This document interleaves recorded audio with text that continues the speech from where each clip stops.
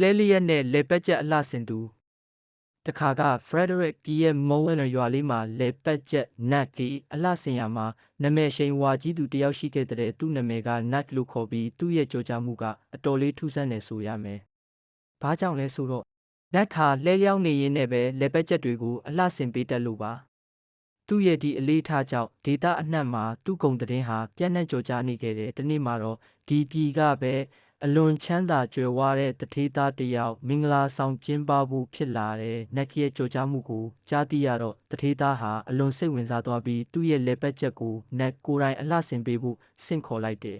။ဒါပေမဲ့ဒီမှာထူးဆန်းတဲ့အချက်တစ်ခုရှိတယ်နတ်ခါဘာကြောင့်လဲလျောင်းနေရင်းနဲ့ပဲလက်ပတ်ချက်တွေကိုအလှဆင်ပေးရတာလဲ။တကယ်တော့သူဟာတေဆုံးသူတွေရဲ့လက်ပတ်ချက်တွေကိုသာအလှဆင်ပေးရသူဖြစ်လို့ပါလူသေးကိုတွေကိုအိယာပေါ်မှာလဲထားပြီးနောက်ဆုံးအလှဆင်မှုအနေနဲ့လက်ပတ်ချက်တွေညှက်ပေးရတာကြောင့်သူ့ရဲ့အလေးထားကဒီလိုထူးခြားနေတာပါဒီအကြောင်းတထေးသားတည်သွားတဲ့အခါသူ့မင်္ဂလာဆောင်နေ့မှာလူသေးတွေကိုအလှဆင်တဲ့လူနဲ့လာပူးပေါင်းဖို့စင့်ခေါ်မိတယ်ဆိုတဲ့အတိတ်ပဲဖြစ်သွားတော့ကဲမိတ်ဆွေတို့ရောတထေးသားလိုမဖြစ်ဖို့လိုတယ်နောဇလန်လေးကတော့ဒီလောက်ပါပဲအားလုံးကိုကျေးဇူးတင်ပါတယ်